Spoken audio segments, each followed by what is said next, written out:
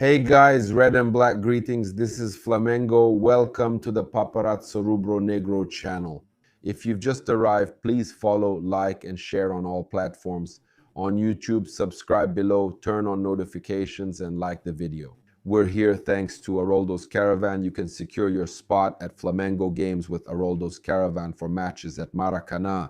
It's time for us to give our full support, man. Flamengo made it through. Flamengo is competing in the Recopa, the Brazilian Championship. There's the Copa do Brasil, Libertadores, everything. You can plan ahead with the ticket included in Haroldo's Caravan package. Just set it up with them. They take care of everything for you. Outside Brazil and Rio de Janeiro, you can get the full package for all other games. With Haroldo's Caravan, just call them, you won't regret it. Haroldo's Caravan does a fantastic job for you who are a Mango fan. So guys, I'm here bringing you the main news. And at the end of the video, since our earlier video with the best moments from the press conference and mixed zone wasn't notified, I'm going to show it again for those of you who missed it because there were a lot of interesting statements and I picked out some important ones for us to share. And we have the situation with Richarlison, Marcos, Leonardo, the situation with Marcos, Leonardo, and Richarlison to update. He talked about that. Felipe Luiz does not oppose signing Marcos Leonardo. Okay?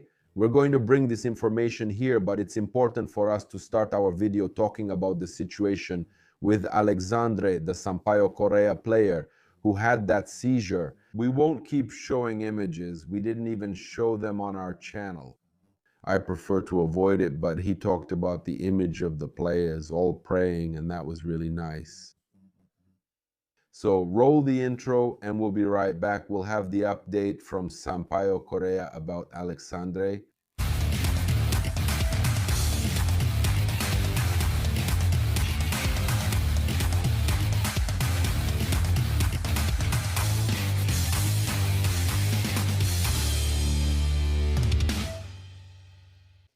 On their social media, Sampaio Correa updated the situation of midfielder Alexandre, who had a seizure during the match against Flamengo in Flamengo's 7-1 victory. Regarding Sampaio Correa, the Globo Esporte portal reported that the player left the stadium conscious but had another seizure at the hospital. He remains under observation. I'll share here the statement from Sampaio Correa. We always keep him in our prayers, hoping that he gets better and recovers.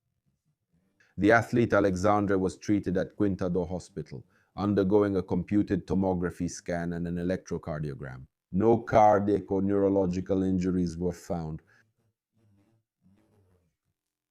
He is in the emergency room. The player is in the emergency room. There's no way he arrived with a problem. This is actually normal, okay, everyone? And he continues to be observed for at least 24 hours waiting for magnetic resonance imaging and blood tests. So the most important thing is that a heart injury and everything else have already been ruled out. The club is monitoring the athlete and will update his clinical condition as soon as possible. On his social media, Alexandre thanked everyone for their messages of support. It's important for us to bring this up here and also to show that the player is okay, right? At least he's already able to use the internet and share information. Look, good evening. I'm here to let you know that the worst is over and to thank you for the messages and prayers. There are so many messages, I can't reply to everyone, but I want to express my gratitude. God acts in ways that sometimes we don't understand, but looking at this photo, I can understand. I can clearly see his calling, talking about the photo, his calling with me, the photo of Pedro, of the other players, all of them there praying for him. It's another testimony, another miracle. Flamengo players and my teammates united in a single purpose. That moves me, man. That moves me. I'm sure I'll be back. Thank you all for the messages. The Flamengo fans in full force sending messages. Our fans.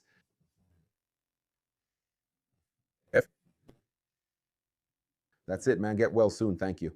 We were shaken up, man. I think everyone who was watching the game suffered along with you, man. I think everyone was really shaken up. I was crying with my son in my arms. I had my son in my arms watching, and I was crying while praying.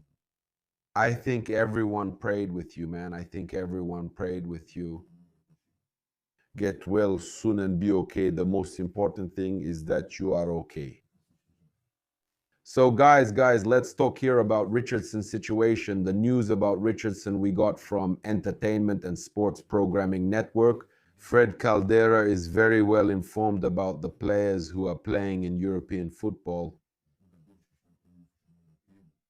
And we also have another important piece of information to bring here. Fred Caldera brought some very relevant information. He said the following: unfortunately, it didn't work out at Tottenham.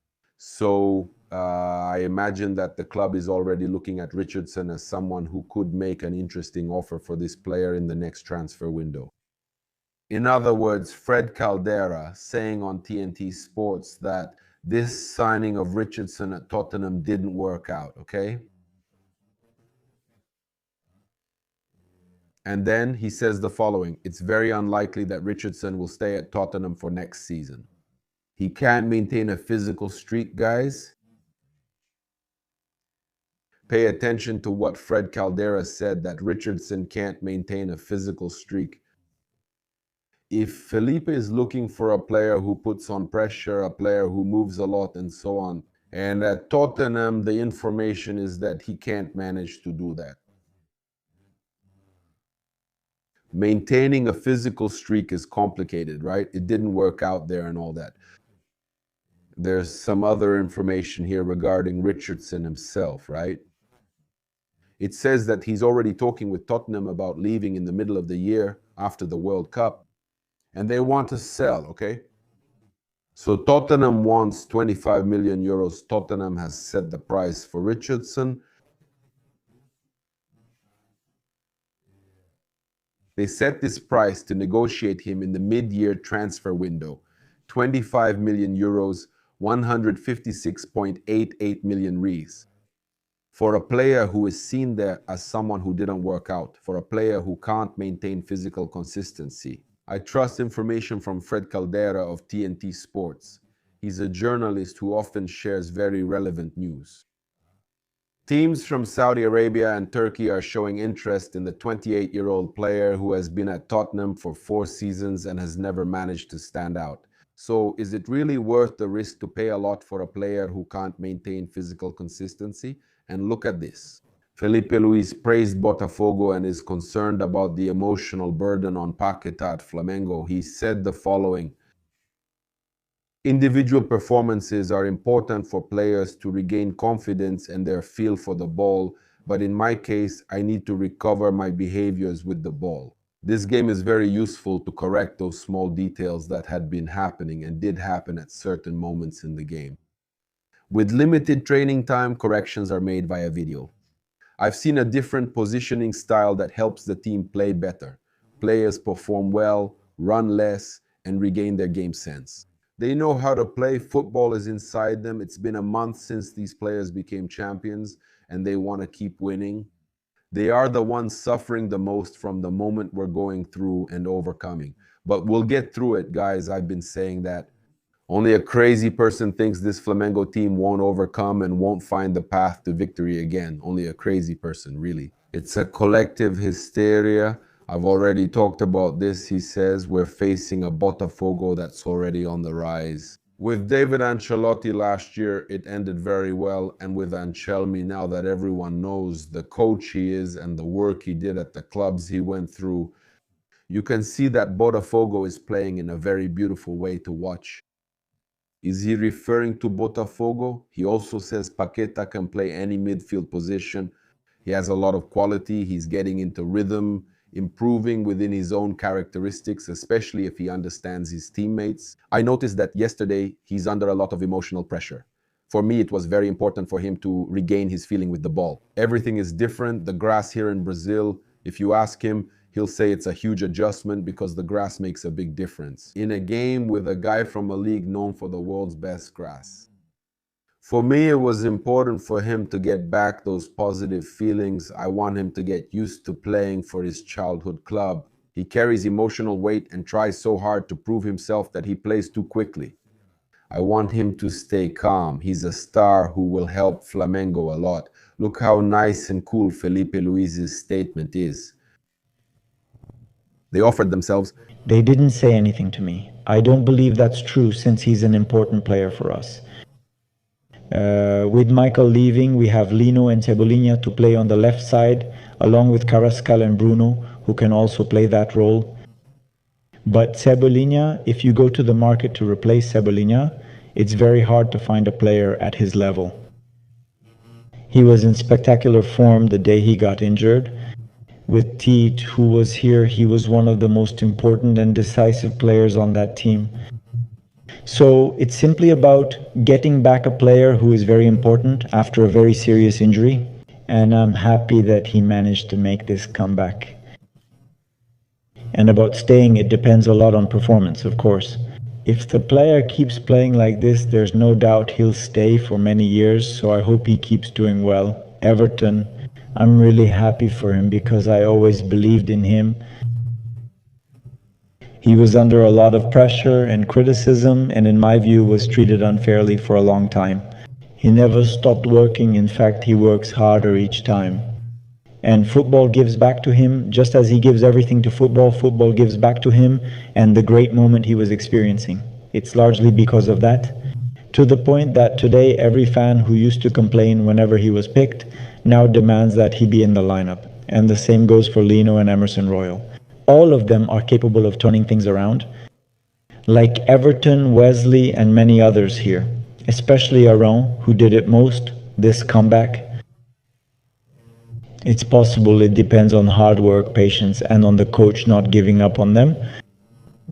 As long as they're Flamengo's assets, I won't give up on anyone and want to get the best from these players. Felipe, good evening. Lucas P., 5 years with Fla. It's public knowledge that Flamengo is looking for a central striker in the market, and the scouting team has analyzed the names of Marcos Leonardo and also Richardson. Does Richardson fit your team's playing style better than Marcos Leonardo? That's a question for our director of football signings. As coach, my job is to make any player I'm given perform and ensure the team works. That's how simple signings are.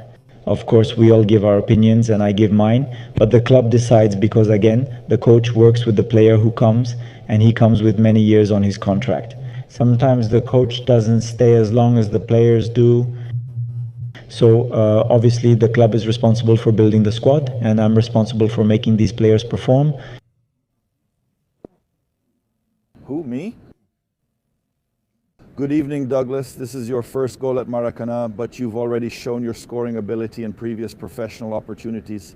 I wanted to know how it felt today at Maracanã and how you prepare, even with all of Felipe Luis's offensive options.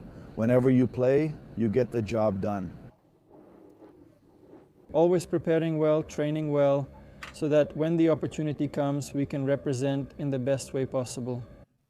Douglas, there was information that you were left out of the U20 Libertadores squad because of a medical situation that you couldn't play at high altitude. Now that you're on the professional team, you scored a goal and may be called on more often by Coach Felipe Luiz. How do you handle missing an important youth competition but also getting chances with the professional team and performing well? About the under-20s, the Libertadores, which I haven't been a part of so far, I'll be here cheering for Flamengo, for my teammates, and about the opportunity. It's about training. If you train well, you play well. I think that's it. Douglas, I wanted you to talk about your daily routine. What's it like being there with Lucas Paquetá? I believe for this new generation, it's something phenomenal. Being there with Paquetá, it's a dream because I used to only see him on television, and now being able to share the field with him is a dream. An opportunity today once again to play as a starter for Flamengo, and now with a big win, a great result and qualification for the next stage. You who just recently arrived at Flamengo, how does it feel now to have this positive response, to give this positive response to the fans? And the opportunity once again to compete in a knockout tournament and try for the title? Of course, it's very important. The win, only the win mattered to us, and I'm happy to be able to help as well. I always say that. I want to make the most of my opportunities. I work hard for that. The whole team deserves congratulations, and I hope I can help in the best way possible. So, in the first press conference here, Emerson Royal praised you a lot and talked about friendship. I wanted you to talk a little about this moment that Emerson Royal is experiencing at Flamengo. Some fans have criticized Vallejo. What are your thoughts on Emerson Royal right now? Today, he provided 2 assists. Describe a little bit what you think and how it is. You can also help your teammate in this moment. It's normal. I've known him since he was 17 or 18. I know his potential, and it's normal. All players face criticism, and he has a strong mindset, right? I'm happy with the game he played today, happy with the game the team played today. Whatever I can do to help him, I'm here to help in the best way possible. Not just me, but the whole team. And I'm sure he'll give a response. Vitão, good evening. Flamengo entered this on a bad streak, right? What was the locker room like?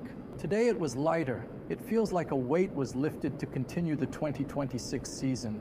With this win. Of course, no doubt. Winning is always good, right? And even more so with the phase we were going through, it was important to win today and without desperation. Good times and bad times both pass. And what we have to do is just work, right? We work hard and give our response on the field.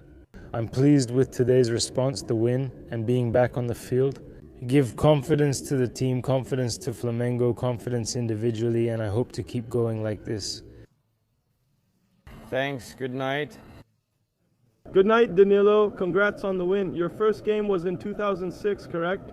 And I wanted to know what it feels like for you to hear a song that the fans made for you from such a remarkable and important moment. That mentions your name from the Libertadores title, right? It says Danilo flew, right? I wanted to know how you feel about that and if that ever crossed your mind. Yeah, I can't just normalize it and come here and give a statement that's anything less than emotional, and really happy for this to happen. Obviously, I've experienced a lot of things in my career. It's been many years on the field, but this feeling of Flamengo's fans singing the song like this for me is really spectacular. It's something I'll carry with me for the rest of my life, for my children, my grandchildren, and so on. It's truly a wonderful feeling. Danilo, here I saw that the players, they played this game as, I can say, a game to reconnect with the fans. That's basically it. I believe so. We really have to seek this reconnection right now because of everything that happened last year. There's always a very high expectation from our fans and from ourselves, but obviously for several reasons, which everyone, right? It was talked about, it was made public. The season started in a different way, even because of the unusual schedule, and this won't happen overnight. This has to be rebuilt, this has to be done with work, it has to be done day by day, with us laying one brick at a time. Obviously for our fans it's hard to deal with defeats and bad results, but for us it's also very complicated. Like I said today, it was necessary for us to send a signal, a message that today we didn't need any fancy moves. We didn't need a goal with someone dribbling past several players. We need to return to basics, accurate passes, solid positioning, and serious effort in challenges, especially winning those 50-50 balls. If we can't play the ball on the ground, we should clear it and defend together as a unit. That's the way forward. I've been working with my teammates to regain our energy with the fans and Flamengo atmosphere so we can start winning again like last year. Danilo, now in the quarterfinals, you're going to face Botafogo, who are having a great offensive run in the Brasileirão with 8 goals in 2 games. If you could already give us a bit of a preview of this classic matchup. What do you expect? I expect it to be a high-level match, especially from Flamengo. Obviously, Botafogo is going through a tough time off the field, but they've shown on the field that they've been able to put that aside and deliver good performances. They have great players, they have important players, they have young and energetic players, and we will need to be at our best to get through the knockout stage. Our goal is always to be champions, without a doubt. As I said, I expect a high-level match and hope we advance.